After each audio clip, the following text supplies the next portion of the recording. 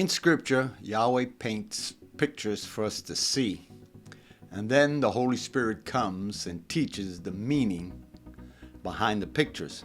Proverbs 25:2 says it this way: God conceals the revelation of His word in the hiding place of His glory, but the honor of kings is revealed by how they thoroughly search out the deeper meaning of all that God says.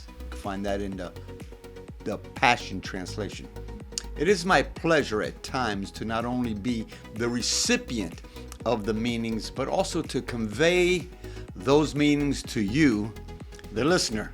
Some of the pictures may not always paint a good picture, one of tranquility or peace, or it also can be of judgment and destruction.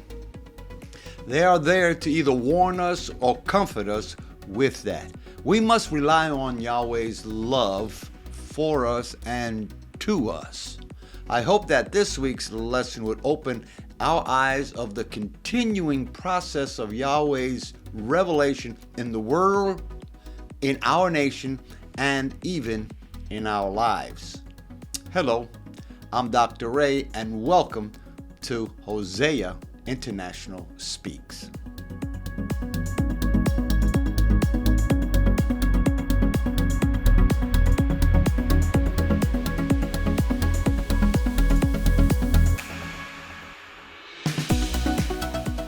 Genesis 1, and we're continuing our studies in Genesis. Genesis 1, verse 3 through 25 says, Then God said, Let there be light, and there was light. And God saw the light that it was good, and God divided the light from the darkness. God called the light day, the darkness He called night. So the evening and the morning were the first day, and we saw that last week. Then God said, Let there be a firmament in the midst of the waters, and let it divide the waters from the waters. Thus God made the firmament and divided the waters which were under the firmament from the waters which were above the firmament, and it was so. And God called the firmament heaven. So the evening and the morning were the second day. Then God said, Let the waters under the heavens be gathered together in one place, and let the dry land appear. And it was so, and God called the dry land earth, and the gathering together of the waters He called seas, and God saw that it was good. Then God said, Let the earth bring forth grass, the herb that yields seed, and the fruit trees that yields fruit according to its kind, whose seed is in itself on the earth. And it was so, and the earth brought forth grass, the herb that yields seed according to its kind, and the tree that yields fruit, whose seed is in itself according to its kind. And God saw that it was good, and so the evening and the morning were the third day. And God said, Let there be lights in the heavens of the heavens to divide the day from the night, and let them be for, notice, for signs, seasons, for days and years, and let them be for the lights in the firmament of the heavens to give light on the earth. And it was so. Then God made two great lights, the greater light to rule the day, the lesser light to rule the night. He made the stars also. And God set them in the firmament of the heavens to give light on the earth and to rule over the day and over the night. Well, I'm going to stop there reading. We're going to pick up as we go along in the scripture. Last week, we saw the beginning of the restoration process of Yahweh. And we read that the first action of this process was to restore light, which is the Hebrew word or where we get our word today, aura. One of Yahweh's distinctive qualities is to first restore within His creation light. And that's why I have come to believe that it was the aura that surrounded His greatest creation, man or Adam. And we also saw how Yahweh distinguished between the light and the darkness, and that this darkness was one of destruction and misery, and that this darkness is different from the one that surrounded an individual, and we'll use maybe Moses as for that example, one who would come into the presence of Yahweh, and this cloud or this darkness, as we would say, would protect that individual from the holiness or the presence of God that would have destroyed Moses. And we are allowed today, though, to come into the presence of Yahweh, and we do that through the blood of Jesus Christ, our Savior. Or we can look to Jesus or look at Jesus, and then we can see the Father. In verse 6, we see the restorations of the heavens and the divisions that it was. And Yahweh said, let there be a firmament, or as we have learned, Yahweh probably spoke it this way: heavens be, heavens became. All three levels of heaven were destroyed. Many believe that every part of the heavens was destroyed, or should we say polluted up to, but not including the throne room of Yahweh. Starting with verse 9, we see the restoration also of the water upon the earth with the land which had been on the water. Notice what verse 9 says. Then God said, let the waters under the heavens be gathered together into one place. Let the dry land appear, and it was so. And God called the dry land earth, and the gathering together of the waters he called seas. And God saw that it was good. Now, from the shape of the different continents, here's a little bit of science, or if you want to call it geography or geology. It is possible that the whole earth could have been one land mass. And during Noah's flood, the lands began to separate into the different continents as the waters probably began to recede. Now, one of the examples of seeing the land, possibly the landmass was one, is if we look at South America, and we look at Africa and the indentation of Africa on the west coast of Africa and the east coast of South America, it looked like it could fit right in there. And that's where it's believed that's a possibility that the earth was one land mass. Even if it was just that one land mass, that would at least connect the Middle East or Europe to North, Central, and South America. And then, now I can hear all the questions coming in, so I will try to answer them as we continue. Like, how did dinosaurs get here? And did Yahweh create them? And how come we don't see them today? My answer is yes, God created them. Yes, God created them all, and now they're gone. Probably destroyed during the flood of Noah's days. How come we don't see some today? And, well, I'm just kind of joking here. Have you seen some of the size of these dogs, the cats, horses, or even cows? It is possible to find a perfectly preserved dinosaur, which they have, with a leaf still in its mouth. How did that happen? Well, here is your science lesson, or lesson number 2 for today. The Earth is on an axis like this, which is called a magnetic north.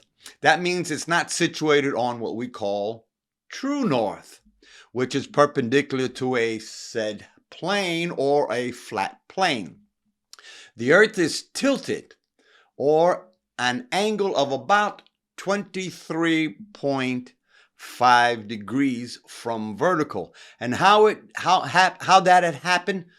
Maybe because when the earth was flooded, there's a possibility there was a quick jolt or a quick shift, which knocked it off vertical, freezing the north and south poles.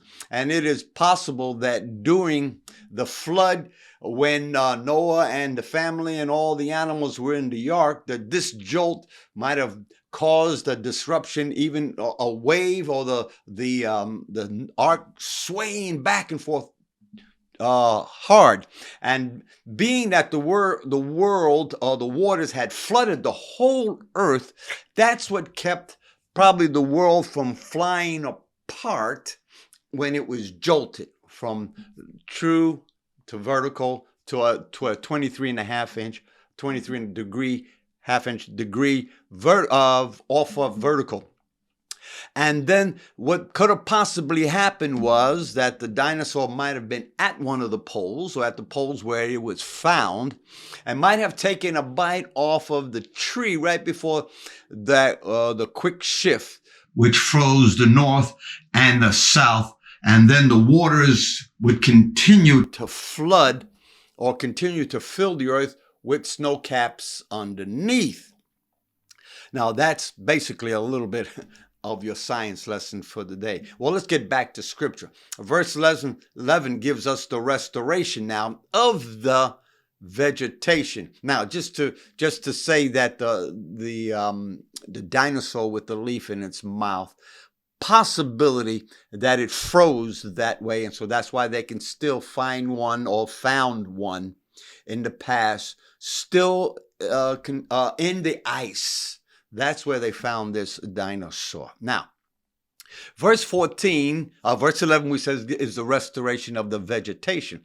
Verse 14 now is the placing of the lights in the heavens in order to give light on the earth. And notice what it says: for signs, seasons, days, and for years.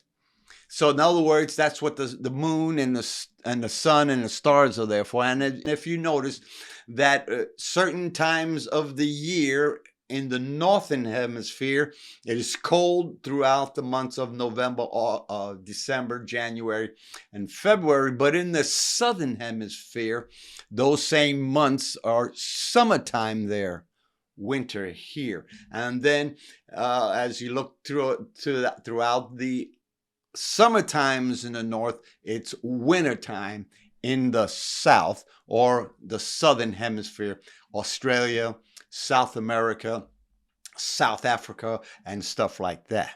So that's where we see for signs, seasons, for days, as we see the sun, the earth actually rotating on its axis, and we have day and then night, or as the scripture likes to put it, night and day.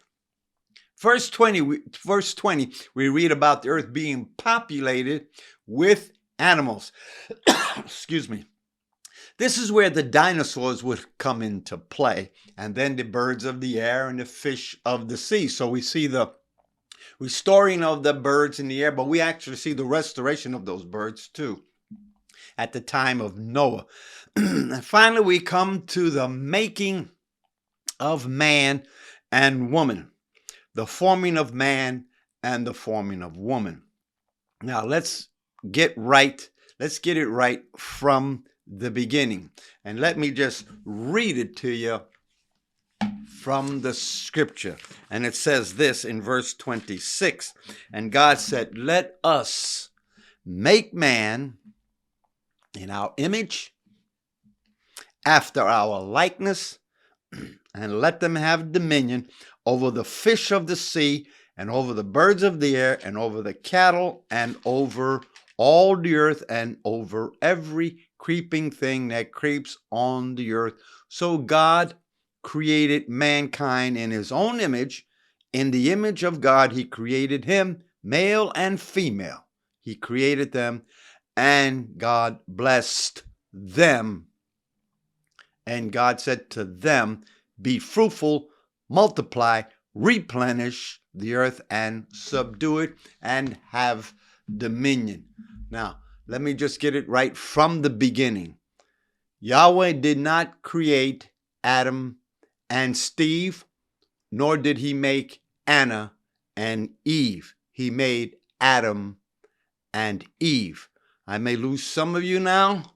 You might decide to turn me off, which is your privilege, but I still will not. I want to make sure that you know exactly what God created and what he brought into the earth. But I will not be held responsible for not making this perfectly clear about homosexuality. Yahweh is not the author of it, nor does he approve of it.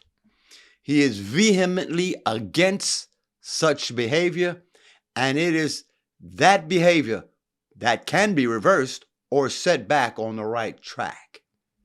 I'm going to leave it right there, but I'll pick it up next week on the destruction of Sodom and Gomorrah, who came under that judgment because of what they were practicing in that city.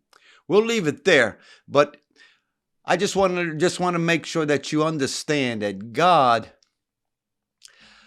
will not leave us without a way out. And if you're caught in that lifestyle, God is a forgiving God, and he will forgive you. Turn around and ask him for forgiveness, and he will do it. Now, if you wish to subscribe or even wish to ask me any questions, you can write me at hoseainternational@yahoo.com or hoseaintspeaks@gmail.com. And if you wish to subscribe, just click on the button right here, or you can like me right there. This is Dr. Ray, and I'll see you next week on Hosea International Speaks.